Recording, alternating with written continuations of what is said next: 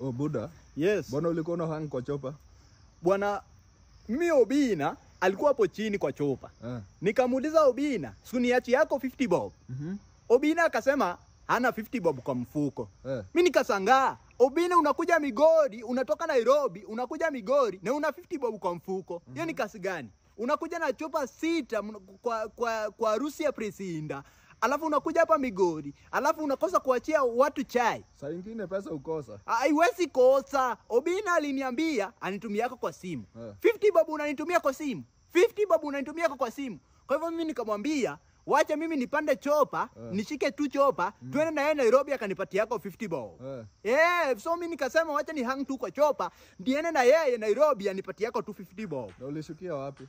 Nilisangaa sasa nikienda na yeye Nairobi nitapata wapi fare ya kurudi. Unajua sasa uwezi rudi kutoka Nairobi na 50 bob. Hata tukienda Nairobi anipatia yako tu hiyo 50 bob, siwezi rudi nayo mpaka Migori. Lakini mimi nataka kuambia Obina, hiyo 50 bob yangu lazima unirudisie. Unajua mimi nimetoka kwa ile familia ya ule jamaa alihang kwa ile ndege ilikuwa imebeba Jacob Juma. Unakumbuka? Ule James Bond. So ni brother yangu bwana. So hii ni kitu iko kwa familia. Hii ni kitu iko kwa familia. So nilikuwa ninafuata tu footsteps bwana.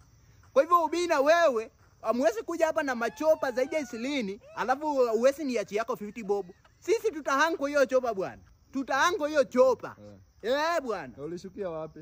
Niliona weather imechange huko chini, nikasikia pilot amesema wale wako excess wasuke. Nikasema waache tu nisuke, alafu nitatafuta Obina anipatie yako 50 bob yangu. Obina wewe, lazima unipatie 50 bob bwana. Unipatie yako 50 bob bwana. Hapana.